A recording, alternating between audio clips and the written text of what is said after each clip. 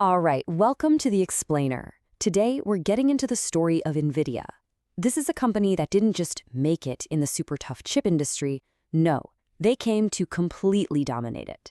And the secret? It's all about a culture that was literally forged in the fire of almost going bankrupt. And that right there, that belief is the key to everything. And to really get it, you got to look at its CEO, Jensen Huang, and his, believe it or not, most powerful weapon? A simple whiteboard. So to really understand NVIDIA's culture, I want you to picture this. The CEO, Jensen Huang, leaping up in the middle of a meeting, marker in hand, just ready to break down a problem right there on the spot. So in any given meeting, Jensen is playing both of these roles at the exact same time. On one hand, they call him Professor Jensen because he can explain literally anything. But on the other hand, he's the very first person to question his own ideas. And what this does is it creates this super intense collaborative vibe where every single idea gets put through the ringer right then and there. Yeah, that whiteboard, it's basically their whole philosophy in one object.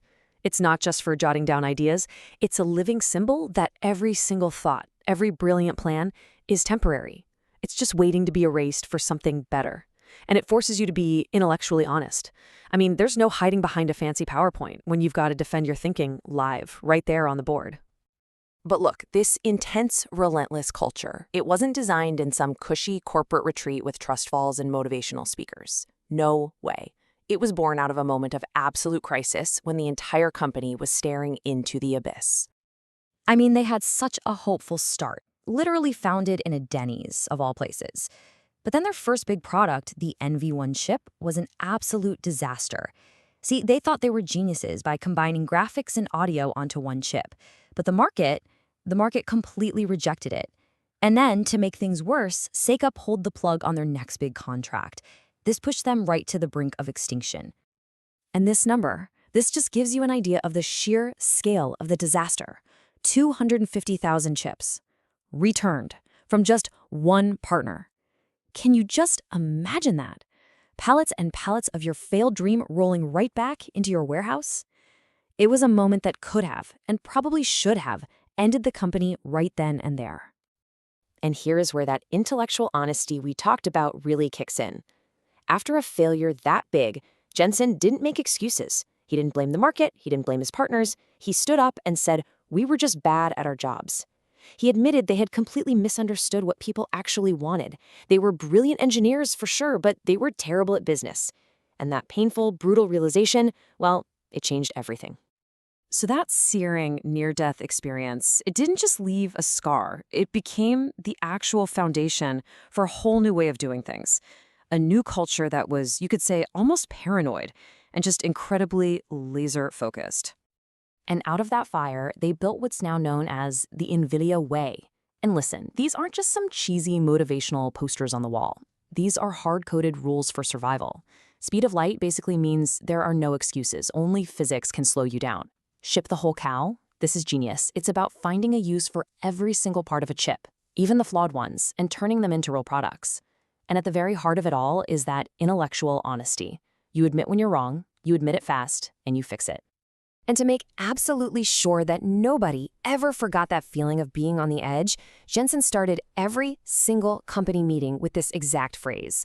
This wasn't just a catchphrase. It was a constant gut punch reminder that survival is never, ever guaranteed. He was literally programming a healthy sense of paranoia right into the company's DNA. And that paranoia, it translated directly into his management style. Jensen's whole philosophy became about relentless and, yeah, probably sometimes uncomfortable pressure. He has this core belief that you don't find excellence in your comfort zone. You find it by being constantly challenged and, his word, not mine, tortured into becoming great. Okay, so now they have this battle-hardened culture. And with that in place, Nvidia was ready to make a bet. A bet that was so huge, so expensive, and so far out in the future that pretty much any other company on Earth would have said, no way. This was a bet that would end up redefining not just Nvidia, but the future of computing itself. So think about it. If you're a hardware company, this is the question, right? Your amazing new chip can be copied or become obsolete in like a year, maybe less. So how do you build a competitive moat so deep that nobody can even get close? NVIDIA's answer, surprisingly, was software. They created something called CUDA. And this was an absolutely brilliant, almost Trojan horse-like move. It's basically a software platform that allowed developers to unlock the massive parallel processing power that was already inside their graphics chips. Suddenly, these GPUs weren't just for gaming anymore. They were miniature supercomputers for science, for research, and, as we all now know, for artificial intelligence.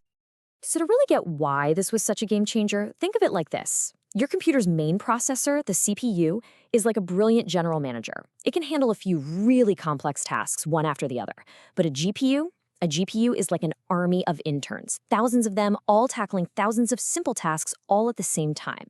And for certain kinds of problems, especially the kind you find in AI, that army is just infinitely more powerful. And the scale of this bet, it was just staggering. I mean, look at these numbers. Their first CUDA-ready GPU had 128 cores. A top-of-the-line CPU from that time, it had 4. They weren't just tweaking the design.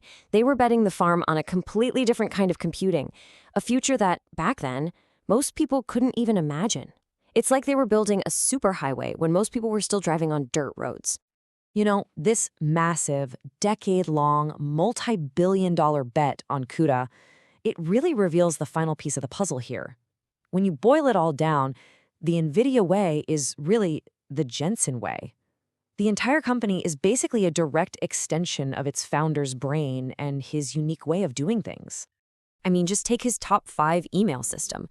Every week, every employee sends an email with the top 5 things they're working on. But this is so much more than a status update. It's a real-time information network that completely bypasses middle management and goes straight to Jensen and his team. It lets him pick up on those faint, weak signals, a customer complaint here, a competitor's move there, long before they ever become a big enough problem to show up on a spreadsheet. And so much of his leadership is boiled down into these little sayings, these Jensenisms. They sound simple, but they're absolutely packed with strategic wisdom. When he says we don't steal market share, we create markets, that's not just bragging. It's an order to the whole company to invent the future, not just fight over the present. Or strategy is about the things you give up. That's a constant reminder to everyone to stay ruthlessly focused on what truly matters. But in the end, it all comes back to this one core idea. It's the lesson that was burned into the company's soul after that NV1 disaster. A brilliant idea that shows up late, it's a failure, period. Execution and speed are absolutely everything. Because you know what? The market doesn't wait for anyone. So the story of Nvidia is just this incredible masterclass in how a super intense, almost obsessive culture, all built around one person's vision, can completely conquer an industry. But it does leave us with a pretty big question to chew on, doesn't it? As we're all looking for the next big thing. Is this kind of relentless, high-pressure, founder-driven culture, is that the only way to really, truly change the